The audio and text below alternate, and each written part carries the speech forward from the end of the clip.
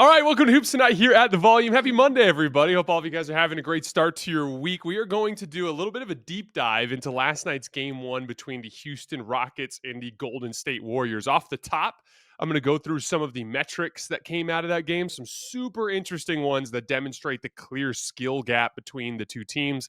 And then down the stretch, we're going to go through about 35 clips worth of film from that game to demonstrate some of the concepts that I was talking about in the series preview, as well as during the show last night. You guys know the drill. Before we get started, subscribe to the Hoops Tonight YouTube channel so you don't miss any more of our videos. Follow me on Twitter at _JasonLT so you guys don't miss show announcements. Don't forget about our podcast feed, wherever you get your podcasts under Hoops Tonight. It's also super helpful if you leave a rating and a review on that front. Jackson's doing great work on our social media feeds, Twitter, Instagram, and Facebook. Make sure you guys follow us there. And then last but not least, keep dropping mailbag questions in the YouTube comments so we can keep getting to them throughout the remainder of the season. All right, let's talk some basketball. So I'm just going to, off the top here, list off some of the stats that came out of last night's game. So first of all, per cleaning the glass, the gap in half-court offense last night between the Warriors and the Rockets. The Rockets logged a 65.5 offensive rating in the half-court versus the Warriors last night.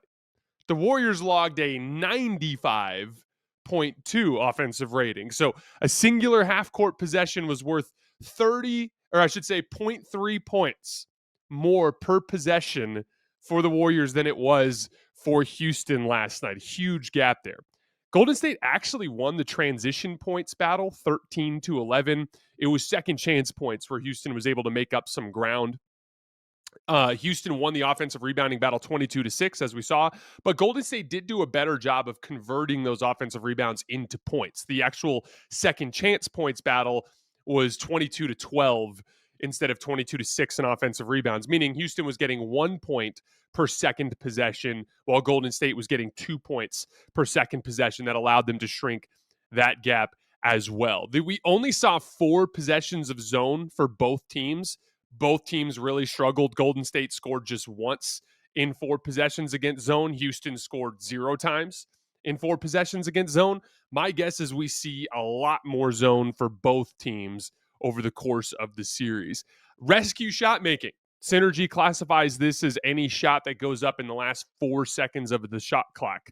Golden State got 1.28 points per shot in the final seconds of the shot clock. Houston got 0.46. That's those Steph prayers over Jalen Green or over Amen Thompson from 35 feet on the out by half court, or Jimmy Butler sidestep jump shots. The Golden State Warriors are just so much better at tough shot making that in those late clock sequences, I expect them throughout the series to convert more of those into points than Houston is going to be able to. We saw a massive gap there. Out of bounds plays. Golden State, 1.64 points per possession. Houston, 0.86. Overall jump shooting, 46 jump shots for Golden State, 1.13 points per shot. 44 jump shots for Houston, 0.64 points per shot. So, there is just a massive skill and execution gap between these two teams that was on display and was clearly showing in the numbers. But on that note, let's get into some of the things that I noticed on film during the game, during my rewatch this morning. So one of the things I talked about was the idea that, as you can see here, as we start on the screen, Sengun is on Moses Moody. And because Sengun is on Moses Moody, it makes it so that some of these pet actions are more switchable for the Rockets, right? So as you can see, Fred VanVleet was on Draymond. Dylan Brooks was on Jimmy Butler. They're now switching this off-ball screen. You have Amen Thompson on Steph. So the classic Steph-Draymond pick and roll, that's just going to be a switch. It's just going to end with Dylan Brooks on Steph and with Amen Thompson on Draymond Green. Any sort of three-man action, they're going to switch. Wide pin down, Draymond and Jimmy, they're going to switch. It shuts down their primary screening actions. And so what I was curious about is how Golden State would look to attack that. And one of the things I talked about last night was they did a lot of work to try to get Jalen Green onto Steph before attacking Sengun in a screening action. The NBA 82-game grind is done, and now the real fun begins. The NBA playoffs are here, and it's time for all the high-stakes drama, clutch moments, and jaw-dropping plays. I can't wait. If you're looking to make the playoffs even more exciting, DraftKings Sportsbook has you covered as an official sports betting partner of the NBA. From the play-in games all the way through to the finals, now's the time to back your favorite players and teams as they chase glory. All season long, DraftKings has been the go-to spot for NBA player props, and that does not stop now. Want to make your playoff experience even more intense? Try placing a bet on your favorite player's performance. Will they drop 30 points, 40, or more? It's your call. Ready to place your first bet? Download the DraftKings Sportsbook app now. Lock in your bets. Let's make this playoff run unforgettable. Here's something special for first-timers. New DraftKings customers bet $5 to get $200 in bonus bets instantly. Make it a playoff run to remember with DraftKings. Download the DraftKings Sportsbook app and use code HOOPS. That's HOOPS. That's code HOOPS for new customers to get $200 in bonus bets when you bet just $5. Only on DraftKings. The crown is yours. It's a great time of year to get out and see some of these live events. We've got concerts and comedy shows all over the country. I got out to the Sphere for a 3-night set to see Dead & Company last month. The NBA playoffs are in full swing. Lots of good games to see there. The Major League Baseball season is underway. And this is why I want to give a shout out to the sponsor of today's video, SeatGeek. With over 28 million downloads, SeatGeek is the #1 rated ticketing app. There are more than 70,000 events listed on SeatGeek, including concerts, sports, festivals, and more.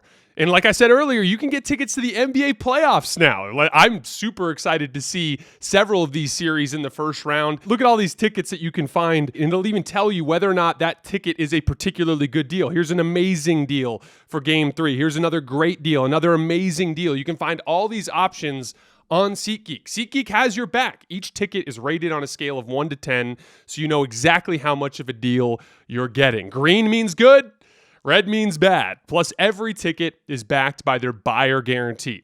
And you know I came through for you guys. You can use code HOOPS10, that's HOOPS 10, for 10% off your next set of tickets at SeatGeek. That's 10% off any tickets with promo code HOOPS10. Make sure you click the link in the description to download the app and have the code automatically added to your account so you can use it later. And thank you, SeatGeek. Very first possession of the game, you see a perfect example of it. We go to Jimmy Butler up here. We have Steph with Alperen Thompson, Pods with Jalen Green. Moses Moody's getting ready to set this like a screen over here wide. As we see, there's an interchange with Steph and Pods. Pods cuts through. That gets Jalen Green onto Steph. Then they set the screen with Moody. Moody makes good contact, and Steph gets a pretty clean look coming off the screen. You'll see a lot of examples of that in the film, of the Warriors going out of their way to go at Jalen Green in screening actions. This was the insane Sengun dunk on Draymond Green. I thought this was just a perfect example of how to beat ice coverage, so I wanted to go over this for a second. So as you can see, it's classic ice coverage. Notice that Moses Moody's playing the high side. The way ice coverage works is you're getting ready to set a ball screen, right? And what the Rockets want to do is they want to get Jalen Green downhill going towards the middle of the floor. But what just about every team in the NBA will do is they'll ask this guy to massively overplay the middle side and funnel him back towards the sideline. And then they'll sit there big in a drop coverage, essentially trying to force Jalen Green to drive into this gap and take some sort of stupid mid-range jump shot. And then ideally, you would sink in with these guys to help on the roll. They didn't sink in very well. Jalen Green just drives into that gap, creates an easy pocket feed to Sengun. Pods isn't in there. Steph isn't in there. And then we just get the body bag on Draymond. That was just an insane dunk from Alperen Sengun. This is another example of attacking Jalen Green in screening action. So we have Alperen Thompson on Steph. We have Jalen Green defending Pods. As they set that screen, Jalen Green jumps up. Notice the screening angle from Pods. Pods is not actually trying to screen Alperen Thompson. All he's trying to do is trigger the switch, and he wants inside position. He doesn't want Alperen Thompson to be able to loop back around to get behind him. And so he screens on the backside so that when the switch happens, there's this obvious lane there for Pods to sink into. There's the feed. He gets a nice little floater. He ends up missing that one, but that's an example of how they can get clean looks attacking Jalen Green. I thought Steph was really great in his defense against switches last night. There was a couple buckets they gave up. There was one against Jabari Smith in the post that we'll show later. But for the most part, Steph held up really well. Here, Steph just individual defense on Jalen Green. Watch the physicality. Just immediately puts his hands on him and makes sure that he knows that he's not going. That Jalen knows he's not going to get a runway. He's going to be physical and make sure that he cuts off that momentum before he can actually get going downhill. Great defense from Steph, forces the miss. I talked last night about the spacing that Sengun was able to provide from the mid range. This is what we see from like, Isaiah Hartenstein and a bunch of guys that can shoot these like little short pop shots. Draymond sinking down, Dylan Brooks on Steph. Well, here's Sengun just hanging out by the foul line where he can just shoot a little shot to space the floor. Identical action to the first possession of the game for Golden State. Once again, we have the setup, right? We have pods with Jalen Green. We have Steph with Alperen Thompson. We have Moses Moody getting ready to set the actual screen, right? So here we go. We get our first screening action with these two. Notice Draymond's the fulcrum instead of Jimmy like he was early. We get the first screen to get the switch. Now Steph's has Jalen Green on him. Look at Sengun. He's sitting in help. He's not ready. Moses Moody sets a good pick.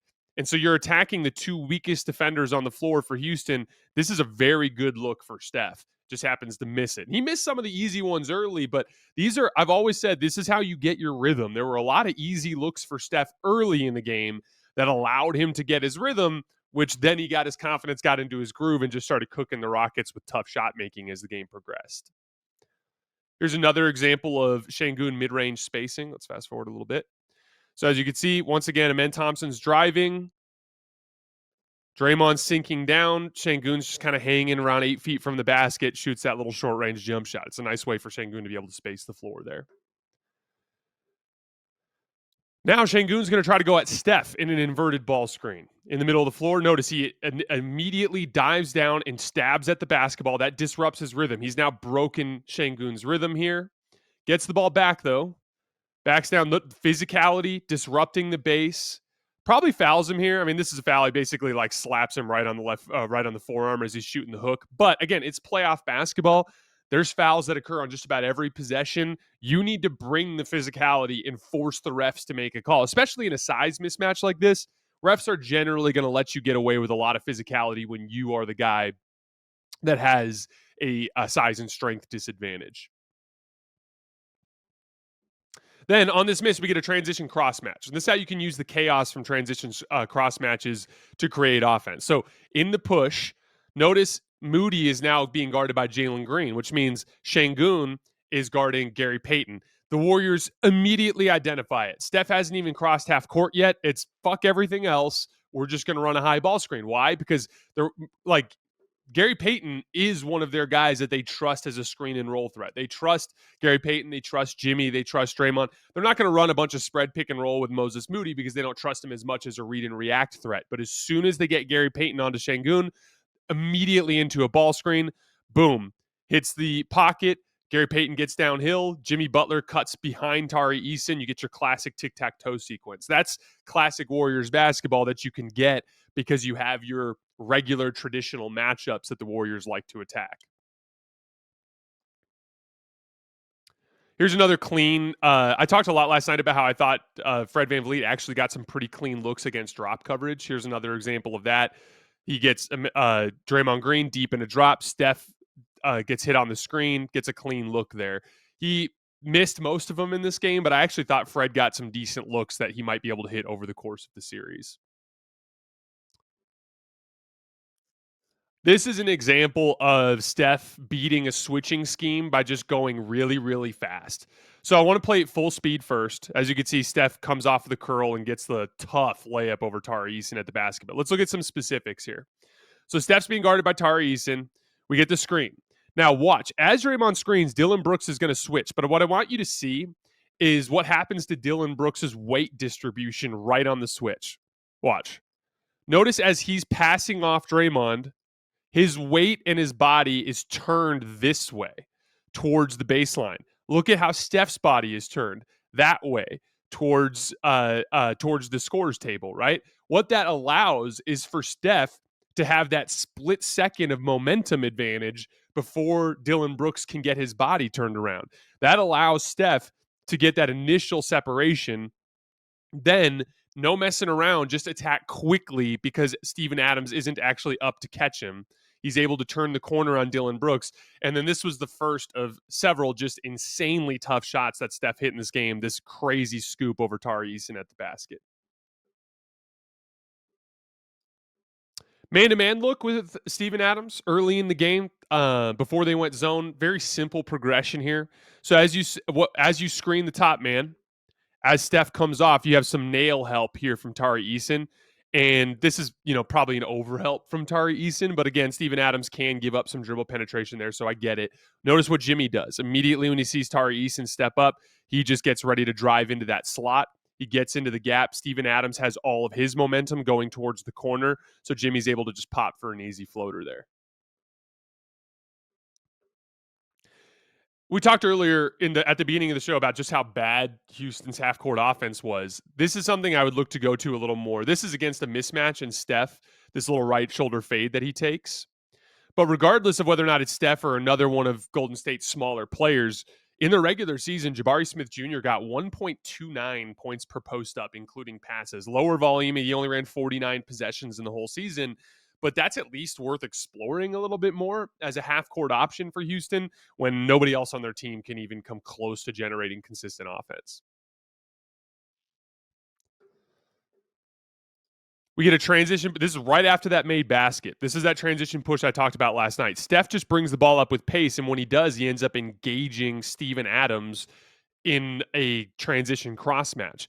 That gives him an option for a player he can easily drive right around. So he drives right around Steven Adams, and then second insane finish, Sengun waiting at the rim, Jabari Smith coming from behind, up and under. Just ridiculous shot from Steph Curry. This was Houston's first zone defense rep. I wanted to show you guys an example of just how much this zone can move around and kind of shape shift and become whatever that possession needs it to be. So, as you guys can see, Amen Thompson and Fred VanVleet are the top guys. Steven Adams is underneath. Sengun's in the corner, and Dillon Brooks is in the opposite corner. Notice as Golden State moves around how everyone just kind of moves with Golden State's offense and adjusts and moves. Dillon Brooks started in this corner. Now he's going to be in the opposite corner. Fred VanVleet started as a top man. Now he's down in the corner. Sengun started as a low man. He's now up at the top of the key. This gets passed through. Dillon Brooks now rises up to the wing. Now Steven Adams is now in this corner, and Sengun is the low man. Amen Thompson's up top, and Fred VanVleet's in the corner. See how they can move and shift spots to take away openings as the possession calls for it? All of a sudden, there's 6 on the shot clock, and there's no advantage, and Brandon Podziemski has to settle for a step back 3. Again, Houston they were lower volume because they didn't start running it till the end of the year, but they were consistently one of the best zone defenses in the NBA last year at volume. Here's a Sengun initiated possession against Quentin Post attacking at the top of the key here. Nice little hook over his left shoulder. When you look at all of the actual initiated possessions from Sengun, so if Sengun ran a post up, if Sengun ran an ISO, if Sengun ran an inverted ball screen, there were 13 of those possessions last night, and the Warriors only allowed 8 points. They actually defended the Sengun initiated actions pretty well. It was just catches in the pocket, like we talked about, offensive rebounds, some of that mid-range spacing. That was where Sengun did most of his damage. This was Golden State's one bucket for the zone, and it was just a classic example of Fred VanVleet saying, dare you to score to Draymond. So, if this is anybody else, Fred's matched up, but he's just not guarding Draymond, so Draymond just drives right down the middle and shoots a little floater. Here's Golden State's first zone rep against as a defense against Houston. Notice it's like a 1-3-1 setup. The biggest difference between their zone and Houston's zone is they're using this top man to pressure the ball no matter what. So, Buddy Hield's picking up the ball way out here. Pods is basically responsible for the middle, and Draymond's basically responsible for the whole baseline. Pods in Buddy switch spots, so very similar to what we talked about with Houston, with being adjustable depending on what the possession calls for. Houston doesn't really seem to have any idea how to attack. They pass to the corner. It ends up in a double team. The result is a fading catch and shoot 3 over a double team in the right corner.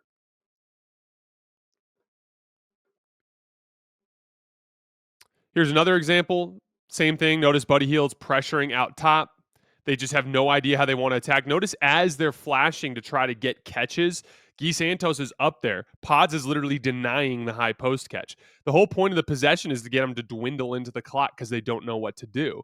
Finally, Fred VanVleet drives, and they eventually get a post-entry pass to Jabari Smith. But by the time they get it to him, it's only 7 seconds left. He's completely surrounded by help defenders, and he ends up turning the basketball over. I thought this was classic Draymond Green gamesmanship. So we have a Jimmy Butler drive, and Guy Santos is cutting through from the slot through to this corner. Jimmy Butler is going to rip baseline and drive along this baseline. Watch what Draymond Green does. Just, just classic Draymond Green. Literally just fucking throws a block at Jabari Smith. Just literally runs right into him. Now, the genius in this play is it looks like a duck in. So the way he can get away with this is technically, if Jimmy Butler's driving along this baseline, what every big in the NBA will do is what they call teeing up. He's going to flash right here to the top of the charge circle to make himself available for a catch. Should Jimmy Butler drive through this baseline, he would run into Draymond Green. So Draymond Green has to relocate up here naturally as part of the possession. But Draymond Green uses that as an excuse to basically get away with throwing a moving screen at Jabari Smith, which gets Guy Santos open. Nice little gamesmanship from Draymond Green. I thought this was a bad decision from Jabari Smith Jr. Catches on the wing here. This is in the zone look again. He's going to rip baseline, and when he rips baseline, there's already two Rockets there, and Jimmy and Draymond are easily equipped to help. As soon as he gets in there, Draymond just digs in there and forces a turnover. Silly decision from Jabari Smith. And then down on the other end of the floor, look at this backdoor cut pass from Draymond to Steph Curry. I don't even know how Draymond thought this was open. Like, as Steph's going through, it doesn't look open, and the ball is like Dylan Brooks is in position, Jabari Smith is behind, but he just feeds it perfectly into this super tight window, and Steph gets a layup. Just that's the chemistry you build over a decade playing together. Another clean drop coverage look for Fred VanVleet that he misses, and then this is where Fred fucks up. He ends up gambling on Steph in the backcourt, and when he does, that ends up getting Steph a clean drop coverage look against Sengun that he knocks down. I talked a lot about how you can do a better job on defense in double teams by pressuring the ball so the kick out passes are harder. As Sengun drives here, I want you guys to see what happens when the double team comes. So he drives.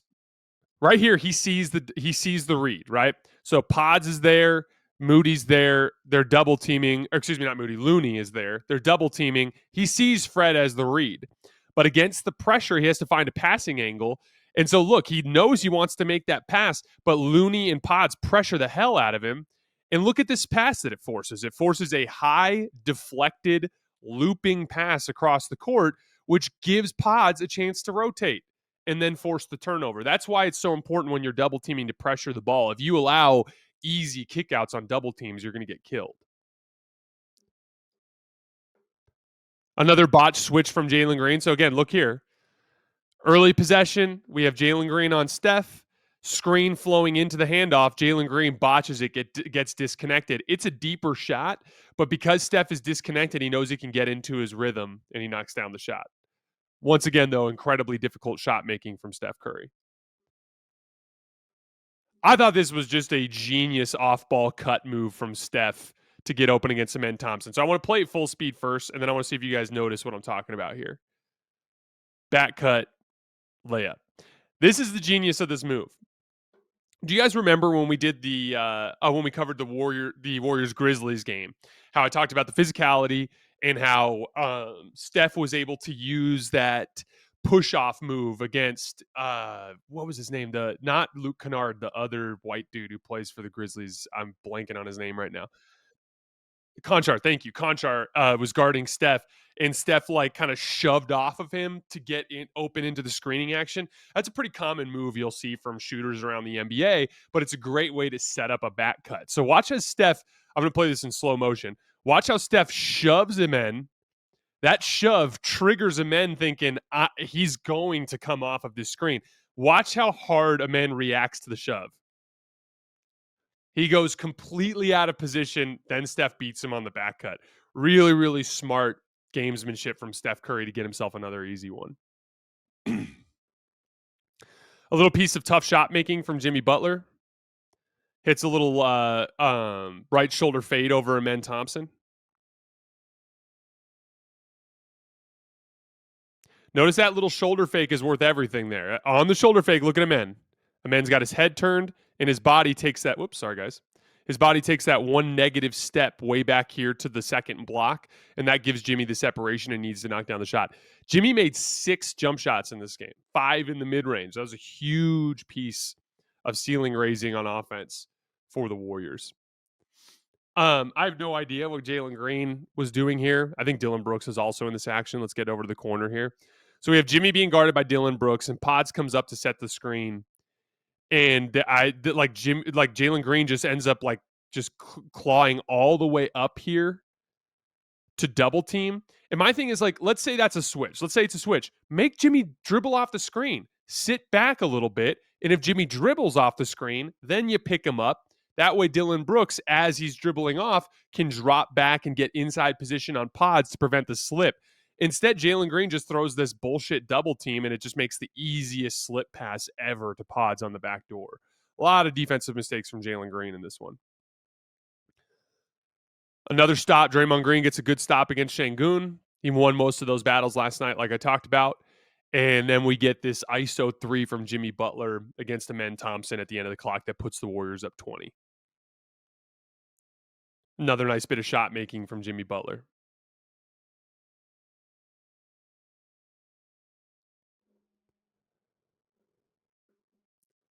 Draymond did this a couple times last night. So they're trying to set up a high-low action here, right? So Tari Eason has inside position on Steph Curry. Draymond Green's guarding Sengun. But Sengun just shows an unwillingness to score here. And so when Sengun throws the pass, Draymond just drops back and he's able to disrupt and get the pass. Then on the other end of the floor, I'm going to fast forward a little bit. You guys know what happens here.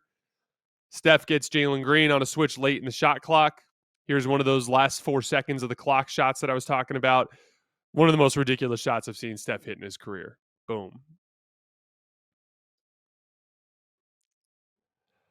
Another example of Draymond getting a steal, dropping off the passer. So notice he's guarding Steven Adams, but he's not worried about Steven Adams as a scorer. So as the cutter comes through, Alperen Thompson, Draymond drops back and ends up getting a steal. Draymond was unbelievable on defense last night.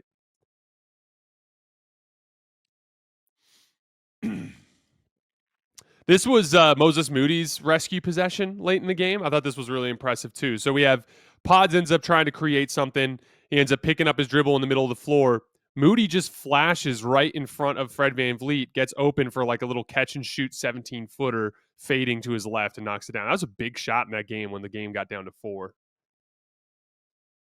This was just an insane piece of shot making from Steph Curry. Look, running to his right from about 35 feet against the contest from Alperen Thompson, just sticks it off the back of the rim. Just unbelievable shot.